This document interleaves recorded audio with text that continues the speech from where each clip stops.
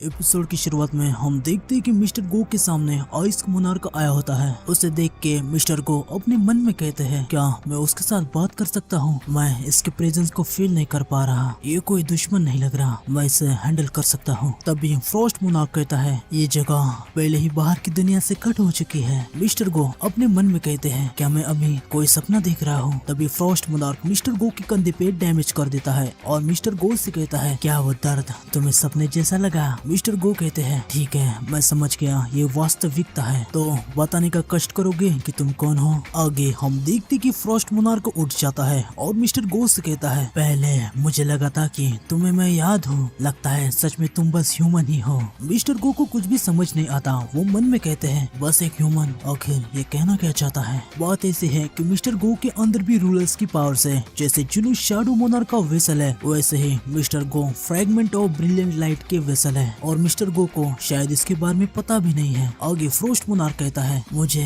कमजोरों को कुचलने में कोई भी रुचि नहीं है। फ्रैगमेंट ऑफ ब्रिलियंट लाइट, अपने आप को दिखाओ। ऐसा कह के वो एकदम से काफी ज्यादा रेज में आ जाता है और आगे कहता है, क्या तुम डर रहे हो कि अगर तुम बाहर आए तो तुम्हारा ये वेसल टूट जाएगा? वैसे भी तुम्हारे वेसल की जिंदगी खत्म होने को आई है, लेकिन अगर तुम डर के मारे खुद को छुपा रहे हो तो तुम बात करने के लायक नहीं हो। हम देखते कि फ्रॉस्ट मोनार्क एक आइस बॉल से मिस्टर गो पे हमला कर देता है और वो हमला काफी ज्यादा बड़ा होता है। फ्रॉस्ट मोनार्क कहता है, चलो कम से कम हम मिले तो सही। लेकिन आगे हम देखते कि मिस्टर गो अभी भी जिंदा है और अभी फ्रैगमेंट ऑफ ब्रिलियंट लाइट बाहर आ जाता है। फ्रॉस्ट मोनार्क यानी सिलाद फ्रैगमेंट पे हमला कर देता है, लेकिन फ्रैगमेंट अपने हाथ से उस हमले को दूसरी तरफ फेंक देता है और फ्रैगमेंट सिलाद से कहता है, तुमने मेरे ऑफिस को डायमेंशनल गैप से अलग कर दिया, क्या बात है? मैं काफी ज्यादा इम्प्रेस हो गया। ये सुन के सिलाद कहता है, मैं तुम्हें काफी समय से ढूंढ रहा था, लेकिन मैंने कभी नहीं सोचा था कि तुम ऐसे टूटे हुए वेसल के अंदर होगे जिसमें तुम अपनी पावर्स का यूज भी नहीं कर सकते।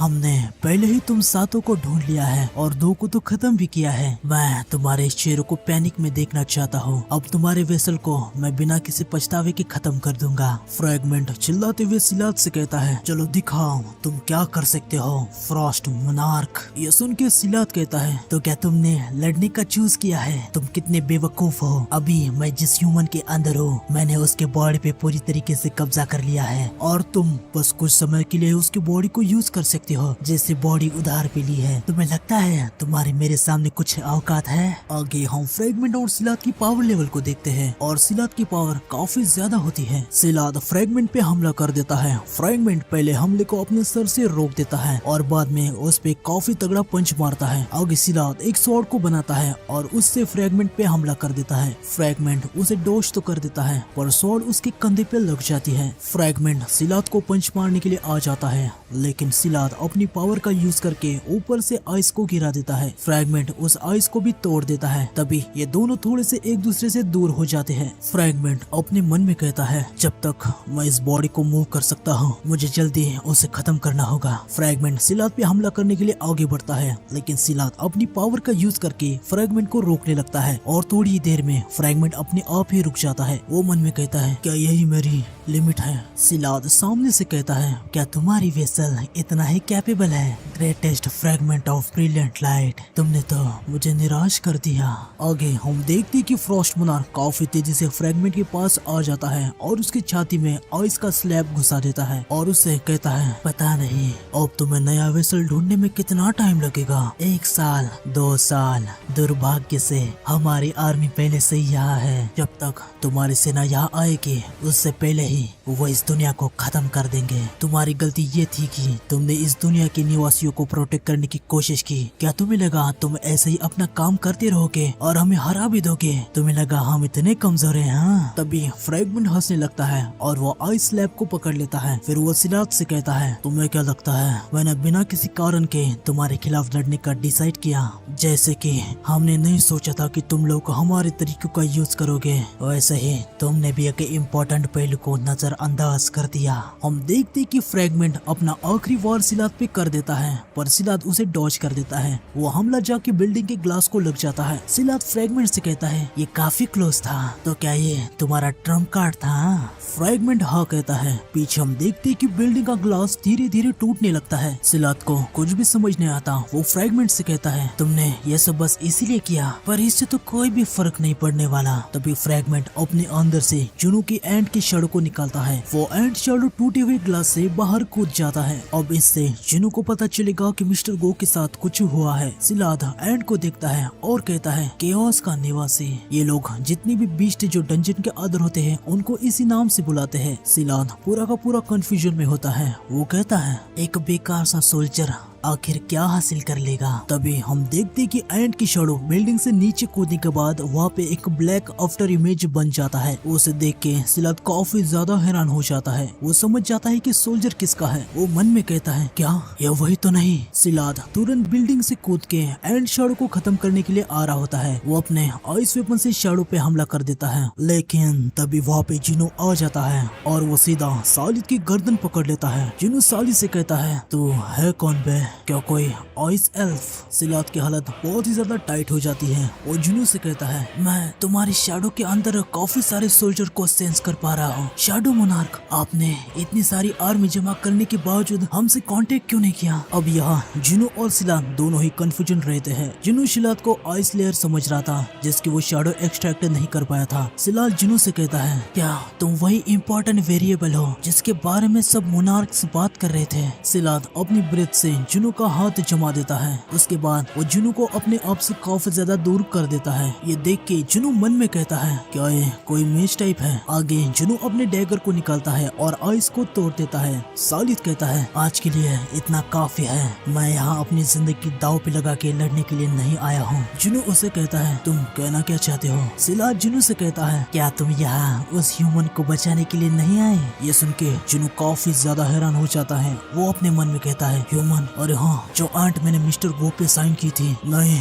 उन्हें कुछ हुआ तो नहीं। जिनो मिस्टर गो को देखता है और वो काफी ज्यादा हैरान हो जाता है। सिलाद अपनी स्वॉर्ड को बनाता है और वो जुनू से कहता है अब क्या चुनना है, ये तुम्हारे ऊपर है, मुझसे लड़ो या उस ह्यूमन को बचाओ। आगे हम देखते कि सिलाद मिस्टर गो पे अपनी आइस स्वॉर्ड को फेंक देता है। जिनो कमांडर ऑथोरिटी का यूज करता है, लेकिन सिस्टम बताता है कि तुम्हारा दुश्मन का माना कमांडर ऑथोरिटी से रेजिस्टेंस है। इसका मतलब जिनो सिलाद पे कमांडर ऑथोरिटी का यूज नहीं कर सकता। आइस का स्लैब मिस्टर गो पे काफी तेजी से जाने लगता है। जिनो जंप लगाता है और अपने डैगर को आइस स्लैब पे मारता है, लेकिन आइस स्लैब जिनो के डैगर को डॉज करके मिस्टर गो की तरफ जाने लगता है। जिनो तुरंत मिस्टर गो के सामने आ जाता है और आइस स्लैब को अपने डैगर से रोक के दूसरी तरफ रिफ्लेक्ट कर देता है। आगे हम देखते हैं कि सिलाद पोर्टर बना के यहाँ से जाने लगता है। जिनो अपने सारे डैगर्स को निकालता है और डैगर रश का यूज करके वो सिलाद पे हमला कर देता है। सिलाद को एक डैगर लग जाता है और उसे काफी ज्यादा दर्द हो जाता है। वो कहता है एक साधारण वेसल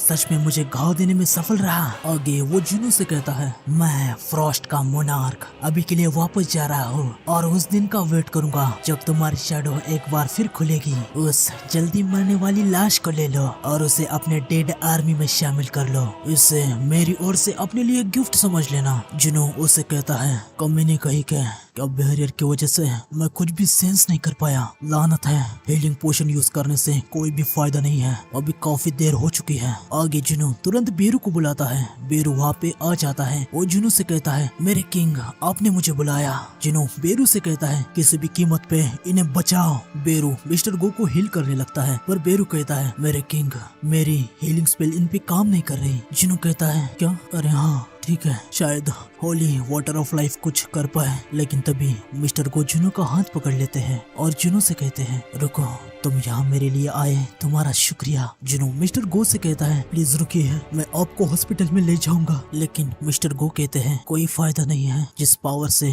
मुझ पे अटैक हुआ है ह्यूमंस उसके लिए कुछ भी नहीं कर सकते। मैं एक सुप्रीम बीइंग की इच्छा के सामने आ गया। उनका प्लान हमारे बचे हुए दुश्मन साथी उनके कुछ दुश्मन उनको निपटाना है, हमें कुछ करना ही होगा। हम देखते हैं कि मिस्टर गो के मुंह से खून निकलने लगता है, फिर भी वो जुनू से बात करते हैं। वो कहते हैं तुम्हारे अस्तित्व के लिए मैं आभारी हूँ, ये कितनी बड़ी राहत की बात है। किसे पता था कि तुम्हारे पास ऐसी पावर है, भगवान का शुक्र है। मुझे पता चला है कि गेट्स और डंजन उनसे नहीं है, बल्कि उन्होंने हमें बचाने के लिए ये तरीका चुना है। किसी दिन तुम्हें एक फैसला करना होगा, पर जब वो दिन आएगा प्लीज अभी जैसे ह्यूमैनिटी ह्यूमैनिटी के साइड खड़े हो वैसे ही आगे ह्यूमैनिटी के साइड खड़े रहना। मैं तुम्हारे जैसे यंग हंटर के साथ डेंजर में बीस्ट से फाइट करना चाहता था, लेकिन वैसा इस बॉडी के साथ कभी भी नहीं हो पाता। फिर भी मुझे कोई पछतावा नहीं है, क्योंकि बाकी का काम मैं यंग पीढ़ी के हाथ में छोड़ के जा सकता हूँ। हजारों हार्ट बीट के बाद मुझे पता था कि मेरे पास ज्यादा टाइम नहीं है। फिर भी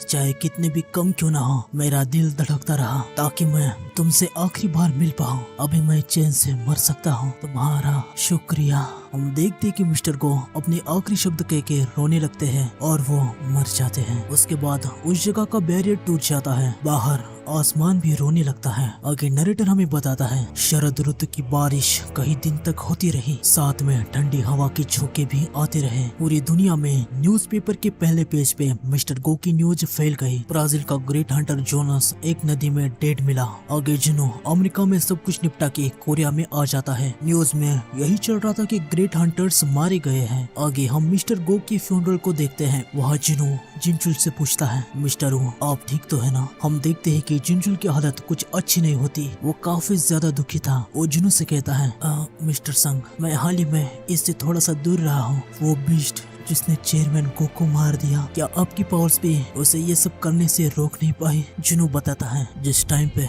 मैं वहाँ पे गया था उसने चेयरमैन को पहले ही मार दिया था। आगे हम देखते कि जनरल अपने आंसू नहीं रोक पाता। वो अपने छाते को हटा देता है और काफी ज्यादा दुखी होके कहता है, मुझे अभी भी यकीन नहीं हो रहा। बस परसों ही उन्होंने मुझे यूएस की ट्रिप के बारे में सब कुछ बताने को कहा था। उन्होंने मुझे जल्दी वापस आने को कहा था, लेकिन अभी वो मिस्टर संग, चेयरमैन के आखिरी पल में उनके साथ रहने के लिए आपका शुक्रिया। जिनो जिनचुल से कहता है, नहीं, मैं उस कमीने को मारने चाहूंगा। मैं अपनी जिंदगी की कसम खाता हूँ, मैं उस कमीने को मार दूंगा जिसने चेयरमैन को मारा है। तो प्लीज तब तक मुझे थैंक्स मत कीजिए। हम देखते हैं कि जिनो भी चेयरमैन की मौत से काफी ज्यादा दुखी था। वो भी रोने लगता है। आगे वो जिनचुल से कहता है, मिस्टर वो, क्या आप मेरे लिए सारे रिपोर्टर को इकट्ठा कर सकते हैं? आगे नरेटर हमें बताता है, चेयरमैन के डेथ के गंभीर माहौल के बावजूद रिपोर्टर्स प्रेस कॉन्फ्रेंस रूम में आ गए। आगे जिनो रिपोर्टर्स से कहता है, एक बीस्ट का ग्रुप जो काफी ज्यादा इंटेलिजेंट है, वो हमारी दुनिया के टॉप टियर के हंटर को टारगेट कर रहे हैं। हमारे सभी हंटर से वो बहुत ही ज्यादा स्ट्रॉन्ग है और वो बीस्ट अपने गोल को हासिल करने के लिए कुछ भी कर सकते हैं। एक रिपोर्टर सवाल पूछता है, आपने कहा कि बीस्ट का ग्रुप, क्या इसका मतलब ये है कि जो बीस्ट जिसने चेयरमैन गोगुनी को मारा है वो अकेला काम नहीं करता? जिनो बताता है, ये बीस्ट अपने टारगेट को अटैक करने से पहले मैजिक का यूज करके उन्हें इस दुनिया से अलग कर देते हैं। अगर किसी को लगता है कि वो उनका टारगेट हो सकते हैं तो प्लीज किसी सहयोगी के साथ रहिए जो आपको प्रोटेक्ट कर सकता है। जिनो मन में कहता है, उसने खुद को फ्रॉस्ट का मोनार्क कहा था, बिगिनिंग का मोनार्क और शैडो का मोनार्क। इसके जैसे ही उसके पास भी मोनार्क का टाइटल है, तो ये पक्का है कि इस दुनिया का स्ट्रॉन्गेस्ट हंटर भी उसके सामने कुछ भी नहीं है। आगे जिनो प्रेस से कहता है, अगर किसी के पास सहयोगी नहीं है तो वो प्लीज कोरियन हंटर एसोसिएशन से मुझे कांटेक्ट करे। आगे नरेटर बताता है, मोनार्क की बैटल अब शुरू होती है। आगे एक गुफा में हम काफी सारे मोनार्क को एक साथ देखते हैं। सिलाद सभी मोनार्क से कहता है, शैडो मोनार्क अभी धरती पे है। ये सुन के योगुमुंड कहता है, तुमने जब कहा तो मुझे लगा था कि ऐसा कोई वेसल नहीं है जो उसकी पावर को कंटेंट कर पाए। क्या यही कारण नहीं है कि ड्रैगन किंग धरती पे नहीं है? सिलाद कहता है, मैंने अपने आंखों से क्लियरली उसे देखा है। फ्रैगमेंट ऑफ ब्रिलियंट लाइट से भी वो बहुत बड़ा खतरा है। मैं उससे छुटकारा पा लूंगा। क्या तुम मेरी हेल्प करोगे? ये सुन के टारना कहता है, उसके खिलाफ फाइट करना चुनना मौत को चुनना होगा। 9 मोनार्क्स जो केओस पे राज करते हैं उनमें से वो सबसे ज्यादा स्ट्रॉन्ग है। उससे लड़ने से बेहतर है कि तुम ड्रैगन किंग डिस्ट्रक्शन के मोनार्क के आने का वेट क्यों नहीं करते? ये सुन के सिलाद कहता है, शायद अभी हमें भागना होगा, लेकिन फिर भी हम मोनार्क्स हैं। तुम कब तक हमसे सिर्फ ड्रैगन किंग पे निर्भर होने की उम्मीद करते रहोगे? शैडो मोनार्क से छुटकारा पाने का हमारे पास अभी मौका है, क्योंकि वो अभी ह्यूमन की फॉर्म में है। मेरे साथ फाइट करो, मैं सारी जिम्मेदारी लूंगा और उसे नथिंगनेस में वापस भेज दूंगा। टार्नेक कहता है, मुझे तो इससे दूर ही रखो। योगुमुंड कहता है, मैं व्हाइट फ्लेम के मोनार्क की तरह अपना हल नहीं करवाना चाहता। व्हाइट फ्लेम का मोनार्क यानी ये डीमन किंग बारान की यहाँ पे बात कर रहे हैं। राकान रॉकॉन कहता है कायर कहीं के। तभी टार्नाक कहता है व्हाइट फ्लेम के मोनार्क के हारने के बाद उसके साथ क्या हुआ इसके बारे में तुम्हें पता तो है ना। शैडो मोनार्क की अथॉरिटी में फंस के मैं इटर्नल स्लंबर में नहीं पड़ना चाहता। रॉकॉन कहता है मुझे लगता है कि वो हमारे एस्ट्रल बॉडी के साथ ऐसा कुछ कर नहीं सकता। टार्नाक कहता है ऐसा लगता है कि शैडो मोनार्क और आर्किटेक्ट मिले हुए हैं। आर्किटेक्ट हमारी बॉडी की रेप्लिका बना सकता है, मैं उसका मोहरा नहीं बनना चाहता। आगे हम देखते हैं कि टार्नाक और योगमुंड यहाँ से पोर्टर बना के निकल जाते हैं। रॉकॉन सिलाद से पूछता है क्या कोई प्रूफ है कि वो अभी भी एक ह्यूमन है। सिलाद बताता है उसने अपने डैगर पे जहर लगाया था। ऐसा कुछ शैडो मोनार्क का एशबॉर्न नहीं करता। विरशा कहती है क्या जहर? तो फिर तुम सच कह रहे हो। अगर शैडो मोनार्क उस ह्यूमन को कंट्रोल कर रहा होता तो वह ऐसे बेकार चाल नहीं चलता। सिलाद विरशा से पूछता है तो क्या तुम मुझे सपोर्ट करोगी? विरशा कहती है हाँ मैं तुम्हारी मदद करूंगी। आगे रॉकॉन कहता है चलो शैडो मोनार्क को खत्म करते हैं। आगे एक बिल्डिंग के ऊपर हम जिनू को देखते हैं। वो मन में कहता है मैं उसके मानव को डिटेक्ट नहीं कर पा रहा, मुझे लगा ही था ये काम नहीं करेगा। उसकी कोई शैडो नहीं थी। एस्ट्रल बॉडीज जिसके बारे में मुझे कहा गया था, किंग ऑफ जायंट ने मुझे कहा था कि मोनार्क और रूलर्स की शैडोज नहीं होती क्योंकि वो एस्ट्रल बॉडी से बने होते हैं। अगर ऐसा है और मोनार्क की शैडो नहीं है तो मेरे पास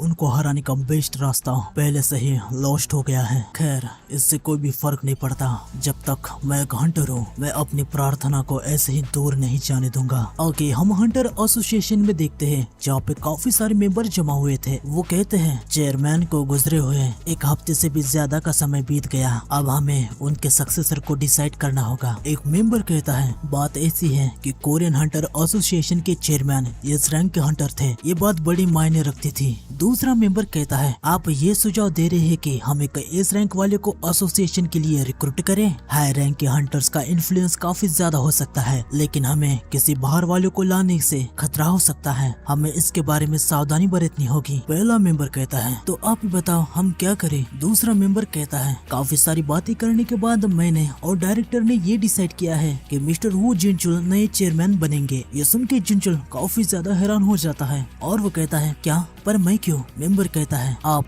लेट चेयरमैन के राइट हैंड थे, इस जॉब को लगने वाली प्रैक्टिकल स्किल्स आपने सीखी होगी और आपके पास ऐसी लीडरशिप की स्किल है जिससे आप हंटर को एक साथ ला सकते हैं। ऐसी कोई रिक्वायरमेंट नहीं है कि चेयरमैन को इस रैंक का ही होना चाहिए, हमें कोई ऐसा चाहिए जो भले ही दूसरे हंटर से डरता ही क्यों ना हो पर उन पे उसका प्रभाव भी हो। दूसरे शब्द में कहूँ तो हमें विश्वास है कि आप इसमें फिट बैठते हैं मिस्टर वू, जैसे कि आप काफी सालों से सर्विलेंस टीम के मैनेजर बन के हंटर को अरेस्ट और मैनेज करते हैं। लेकिन जुनचुल कहता है कई मायनों में मैं इस पोजीशन के लिए बेस्ट कैंडिडेट नहीं हूँ, काफी सारे ऐसे लोग हैं जो यहाँ पे मुझसे हायर पोजीशन पे हैं और मैं कुछ ज्यादा ही यंग नहीं हूँ। वाइस चेयरमैन, डायरेक्टर और सारे रीजनल मैनेजर यहाँ पे आए हुए हैं, तो आप लोग मुझे क्यों चेयरमैन गो गुनी का सक्सेसर बनाना चाहते हैं? मुझसे ज्यादा बेहतर कैंडिडेट्स तो यहाँ ऑलरेडी बैठे हुए हैं। मेंबर कहता है मैं और यहाँ पे बैठे हुए दूसरे कार्यकारी लोगों के पास इतनी पावर नहीं है कि वो कोरिया के ग्रेटेस्ट फोर्स को जुटा पाए, हालांकि तुम ये कर सकते हो। मेजर गिल्ड के साथ तुम्हारे संबंध काफी अच्छे हैं, इससे बढ़कर तुम्हारी और सुंगजुनी की काफी अच्छी जान पहचान है। हम कई बार एक दूसरे से मिले हैं, लेकिन मुझे यकीन नहीं है कि वो हमें करीब समझता है या नहीं। मिस्टर वू, अगर आप सच में इस पोजीशन के लिए खुद को लायक नहीं समझते तो हम आपको जबरदस्ती हमारा निर्णय स्वीकार करने के लिए नहीं कहेंगे, लेकिन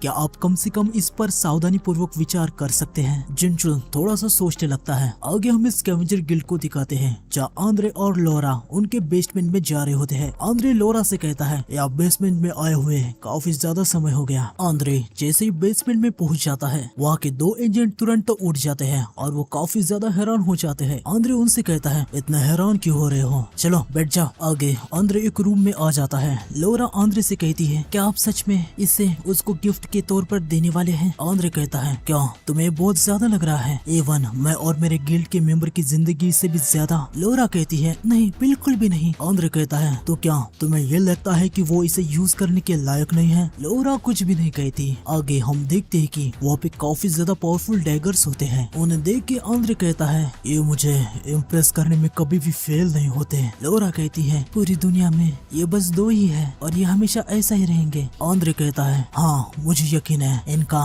कोई भी मुकाबला नहीं है। लोरा कहती है क्या फिर भी आप इसे उसको देने जा रहे हैं? आंद्रे कहता है यही तो कारण है कि मैं इन्हें उसे दे रहा हूँ। दुनिया के सबसे बेस्ट वेपन को या सड़ने देना बर्बादी है ना। आगे हमें अगले दिन का सीन दिखाते हैं जहाँ जिना अपने मोबाइल पे न्यूज देख रही होती है, जहाँ न्यूज पे हमें दिखाया जाता है कि जिनचुल नया चेयरमैन बन गया है। ये देख के जिना काफी ज्यादा हैरान हो जाती है और वो कहती है मैंने सुना है कि पहले वाले चेयरमैन की हत्या हो गई है, लेकिन मुझे ये नहीं लगा था कि ये नए चेयरमैन बनेंगे। ये देश और ये दुनिया अभी काफी ज्यादा तबाही में है। तभी जिना जाके अपनी मॉम को हक करती है। जिना की मॉम उससे कहती है जिना अगर तुम्हारे पास कुछ समय है तो फूड वेस्ट को फेंक के आओगी? जिना कहती है नहीं, मैं ये करने में बहुत ही ज्यादा आलसी हूँ। मॉम हम यहाँ से कहीं और शिफ्ट होते हैं। जिना की मॉम कहती है तुम कहीं और शिफ्ट होना चाहती हो? जिना कहती है हाँ। जिना की मॉम कहती है पर मुझे अभी भी ये हाउस काफी ज्यादा पसंद है। जिना पूछती है इस अपार्टमेंट में ऐसा क्या ग्रेट है? जिना की मॉम कहती है भले ही ये हाउस पुराना है पर मुझे यहाँ रहना अच्छा लगता है। जिना वापस जा रही होती है। जिना की मॉम उसे कहती है मेरी प्यारी बेटी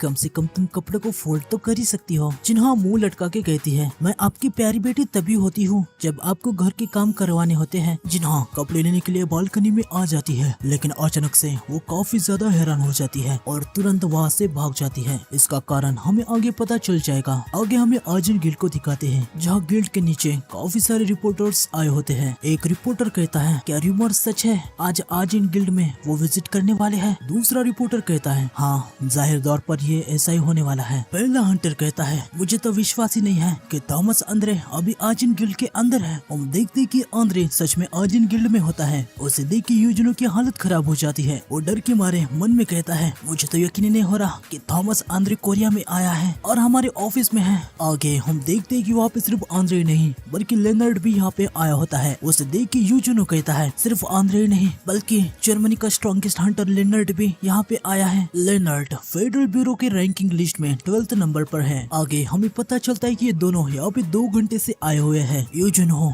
बार बार जुनू को कॉल लगाता है पर जुनू जवाब भी नहीं दे रहा होता। यूजुनो मन में कहता है आखिर आप कहाँ पर है सर, प्लीज फोन को उठाइए। लेनर्ड थॉमस को देख के अपने मन में कहता है एवं थॉमस यहाँ संग जुनू को देखने को आया है, क्या मैं उसे आज मिल भी पाऊंगा? आगे आंद्रे कुछ कहता है। लोरा उसे इंटरप्रेट करके यूजुनो को बताती है। वो कहती है क्या मिस्टर सन किसी रेड के बीच में है, लगता है वो ऑफिस में ज्यादा आना जाना नहीं करते। यूजुनो घबराते हुए कहता है हाँ शायद। तभी हम देखते कि वो भी जुनू आ जाता है। जुनू को देख के सभी के सभी बहुत ही ज्यादा खुश हो जाते हैं। जुनू आंद्रे को देख के थोड़ा सा नर्वस सा हो जाता है। वो मन में कहता है वही मैं सोच रहा था इतने सारे रिपोर्टर्स बाहर आखिर आए क्यों है? वो यहाँ आंद्रे की वजह से आए हैं। इसके ऑरा की वजह से मुझे फीलिंग आ गई थी कि ये यहाँ पे आया है। जुनू से कहता है सर आप मेरे कॉल को क्यों नहीं उठा रहे थे? जुनू कहता है मैं थोड़ा सा बिजी था। जुनू देखता है कि जुनू के कपड़े काफी ज्यादा मैले होते हैं। वो जुनू को कहता है आपके कपड़े इतने मैले क्यों है? जुनू बताता है गेट्स अपीयर होते जा रहे थे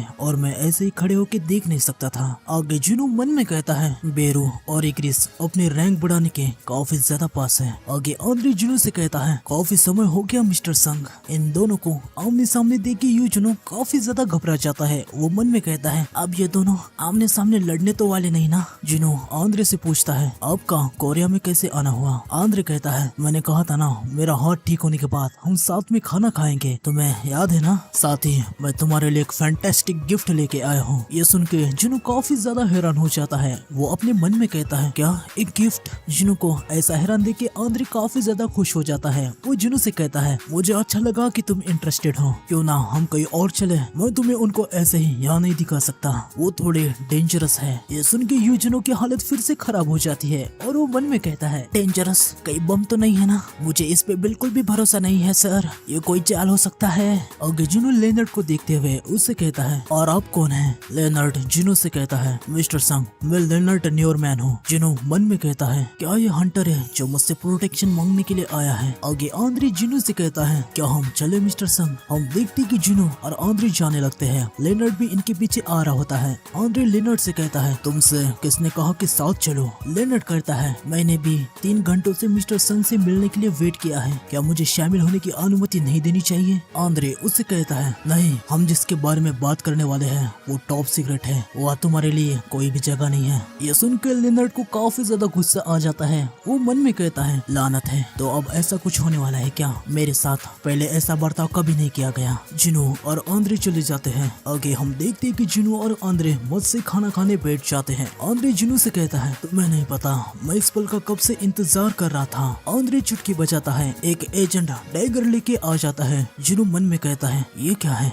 आंद्रे जिनू से कहता है क्या तुम इसकी पावर को महसूस कर सकते हो? उस दिन मेरी और मेरे गिल्ड मेंबर्स की जान बख्शने के लिए ये मेरी तरफ से रीपे करने का रास्ता है। आगे एजेंट बॉक्स को खोल देता है। अंदर डैगर्स को देख के जुनू बहुत ही ज्यादा हैरान हो जाता है। वो कहता है रुको, क्या ये कामिश? तभी आंद्रे कहता है क्या बात है, बस एक झलक देख के ही तुम्हें याद आ गया कि ये किससे बने हैं? जिनू आंद्रे से कहता है पर कामिश की लाश को तो ब्यूरो वालों ने रखा है। आगे आंद्रे बताता है यूएस गवर्नमेंट चाहती थी कि उसकी लाश हम उन्हें दे दें, तो हमने डिसाइड किया कि उन्हें लाश दे दे, क्योंकि ऐसा करने से हमें सिर्फ पैसे नहीं उससे कुछ ज्यादा हासिल हो रहा था। लेकिन कामिश का सबसे बड़ा और नुकीला दांत जिसे मैंने तब निकाला था जब उसने मुझे काटा था, ये मुझे स्मारिका के रूप में दिया गया। क्योंकि ये लॉन्ग स्वॉर्ड बनाने के लिए थोड़े से छोटे थे तो मैंने इन्हें 2 डैगर्स के पैर में बना दिया। किसे पता था वो डिसीजन इतना काम आएगा। अभी ये तुम्हारे हैं। जिनू डैगर्स को पकड़ लेता है। सिस्टम जिनू को डैगर्स की इंफॉर्मेशन देता है। इस डैगर का नाम है द व्रेथ ऑफ कामिश। इसका अटैक 1500 से भी ज्यादा का है। ड्रैगन के सबसे नुकीले दांत का यूज करके एक मास्टर क्राफ्टमैन द्वारा इसे गाड़ा गया। ये सबसे पावरफुल डैगर है। इसकी शार्पनेस बेजोड़ है और इसकी माना की सेंसिटिविटी असाधारण है। इसलिए ये वेपन अपने यूजर की कैपेबिलिटीज के आधार पर और भी ज्यादा पावरफुल हो जाएगा। जिन्हों मन में कहता है 1500 से भी अधिक का डैमेज, क्या बात है। मुझे हमेशा से ही लगता था कि डीमन किंग का डैगर अच्छा है, पर इसके सामने तो डीमन किंग का डैगर भी कुछ भी नहीं है। आगे जिनू डैगर को स्विंग करता है और मन में कहता है इसे पकड़ने से ऐसा लग रहा है कि बड़ी तलवार जैसे है। तभी आंद्रे जिनू से कहता है मिस्टर सम जरा आराम से, वो चीज मेरे रीइंफोर्समेंट के स्किल के भी और पर स्लाइस कर सकती है। तुम मुझे मेरे दिए हुए गिफ्ट से मार डालने के बारे में तो नहीं सोच रहे ना? जिनू मन में कहता है डेफिनेटली ये कोई मामूली डैगर्स नहीं है, ये मेरी माना के साथ काफी स्ट्रांगली रिएक्ट कर रहे हैं। जिनू को देख के लोरा और बाकी सारे एजेंट काफी ज्यादा हैरान हो जाते हैं। आंद्रे लोरा से कहता है लोरा क्या तुम्हें अभी भी लगता है कि मेरा डिसीजन एक गलती था? लोरा अपना सर हिला के नहीं कहती है। आगे आंद्रे जिनू से कहता है मिस्टर संग तो क्या आपको मेरा गिफ्ट पसंद आया? जिनू आंद्रे से कहता है क्या आपको पूरा यकीन है कि मैं इसे फ्री में स्वीकार करूं? आंद्रे जिनू से कहता है क्या फ्री से तुम्हारा क्या मतलब है? मेरी और मेरे गिल्ड मेंबर की जान के बदले वो दो कुछ भी नहीं है। जिनू कहता है ठीक है तो मैं इन्हें खुशी से स्वीकार करता हूँ। आंद्रे कहता है यह सुन के मुझे खुशी हुई। तभी जिनू और आंद्रे को अचानक से कुछ प्रेजेंस होता है। आंद्रे जिनू से कहता है मिस्टर संग बस अभी तुमने नोटिस किया? जिनू कहता है हाँ। हम देखते हैं कि सभी लोग आसमान में देखने लगते हैं। जिनू भी आसमान में देखते हुए अपने मन में कहता है क्या ये वही मैक्सपेयर है जिसके बारे में डॉक्टर बेल्जर ने कॉन्फ्रेंस में कहा था, जो कि सेओल सिटी के आसमान में जमा हुआ है। आंद्रे भी काफी ज्यादा हैरान हो जाता है और वो कहता है मुझे ये देख के यकीन नहीं हो रहा, मैंने आज तक इतना बड़ा कभी नहीं देखा। ये तो उससे भी बड़ा है जिसके अंदर से कामिश बाहर आया था। क्या इसका मतलब ये है कि अब हम ऐसे फोर्स से डील करने वाले हैं जो हमारी तुलना से बियॉन्ड है? हम देखते हैं कि आसमान में बहुत बड़ा गेट अपीयर होता है। सभी लोग उसकी फोटो निकालने लगते हैं। आगे हम बेल्जर को देखते हैं जो कि एक मीटिंग में होता है। वो सभी से कहता है मैंने कुछ दिन पहले ही इसके बारे में वार्न किया था। बहुत ही ज्यादा मात्रा में माना आसमान में इकट्ठा हो रहा है। जो गेट अभी सियोल में अपीयर हुआ है वो तो बस शुरुआत है। हम उम्मीद कर सकते हैं कि वैसे गेट दूसरे अलग अलग देशों में भी अपीयर हो सकते हैं। एक मेंबर पूछता है तो डॉक्टर आप ये कहना चाहते हैं कि ये अजब घटना है अलग अलग जगहों पे भी हो सकती है? बेल्जर कहता है हाँ तुमने बिल्कुल सही पॉइंट पकड़ा है। मेंबर कहता है आप कई समय से गेट और मैजिक बीस्ट पे रिसर्च कर रहे हैं, आपको क्या लगता है ऐसे सिचुएशन में हमें क्या समझदारी का डिसीजन लेना चाहिए? बेल्जर कहता है बस दुआ करो कि ये घटना किसी रणनीति के रूप में ना समाप्त हो। आगे हम जिनू को देखते हैं। वो कैसल पे खड़ा होकर गेट के काफी पास आ जाता है। आगे वो मन में कहता है ये अजीब बात है, मैं गेट के अंदर नहीं जा पा रहा। ये लगभग ऐसा फील हो रहा है कि मैं किसी दीवार के द्वारा रोक दिया जा रहा हूँ। अगर ये कोई नॉर्मल दीवार होती तो मैं उसे तोड़ देता, लेकिन सोचने वाली बात यह है ये दीवार अवेकन बींग को भी अंदर जाने से रोक रही है। क्या इसके अंदर के बींग्स उससे अलग है जिनको आज तक हमने देखा है? चाहे कुछ भी हो जाए मेरे फ्रेंड्स और मेरी फैमिली इस गेट के अंदर है और मैं नहीं चाहता कि वो मेरे पास से इतनी आसानी से गुजर जाए। तभी जिनू को जिंचुल का कॉल आता है। जिनू जिंचुल से कहता है हेलो मैनेजर जिंचुल। जिंचुल जिनू से कहता है हाँ मिस्टर हंटर, मैं सच में आपकी आवाज को अच्छे से सुन नहीं पा रहा। क्या मैं कॉल को रख दूं? जुनू कहता है नहीं नहीं, ये इसलिए हो रहा है क्योंकि मैं अभी हवा में काफी ऊपर हूँ। और हाँ, अभी से आपको मुझे चेयरमैन जिनचुल कहना चाहिए। जिनचुल जुनू से कहता है आपको जो अच्छा लगे वो कहिए। वैसे मुझे काफी अजीब फीलिंग हो रहा है क्योंकि मैं ऐसी पोजीशन पे हूँ जिसके लिए मेरे जैसा कोई फिट नहीं बैठता। आगे जुनू जिनचुल से कहता है क्या आपने मेरी की हुई रिक्वेस्ट को देखा? जिनचुल कहता है हाँ, मैंने ब्यूरो ऑफ हंटर को पूरे एरिया को सैटेलाइट से स्कैन करने को रिक्वेस्ट की है। हालांकि एक और बात है, पूरी दुनिया में एक भी नया किट अपीयर नहीं हुआ। ये सुन के जुनू कहता है क्या क्या आप ये कह रहे कि मतलब पुराने जितने भी गेट हैं उनके अलावा एक भी नया गेट अपीयर नहीं हुआ? जिनचुल कहता है हाँ एकदम करेक्ट। जिनो मन में कहता है इस बड़े गेट को अपीयर हुए 3 घंटे से भी ज्यादा का समय हो चुका है और अजीब बात है कि इसके बाद से ही पूरी दुनिया में एक भी नया गेट अपीयर नहीं हुआ। ये कोई कोइंसिडेंस नहीं हो सकता। आगे जिनचुल जिनू से कहता है अभी हम गेट के पास के रहवासियों को निकालने का प्लान कर रहे हैं और किसी भी अव्यवस्था को रोकने के लिए हम सभी लोगों को चल के वहाँ से निकालने वाले हैं। हंटर संघ आप क्या करने वाले हैं? आप क्या प्लान कर रहे हैं? जिनू कहता है मुझे अभी नहीं पता कि कल क्या होने वाला है। तो आज के एपिसोड में बस इतना ही। मिलते हैं नेक्स्ट एपिसोड में। सायोनारा।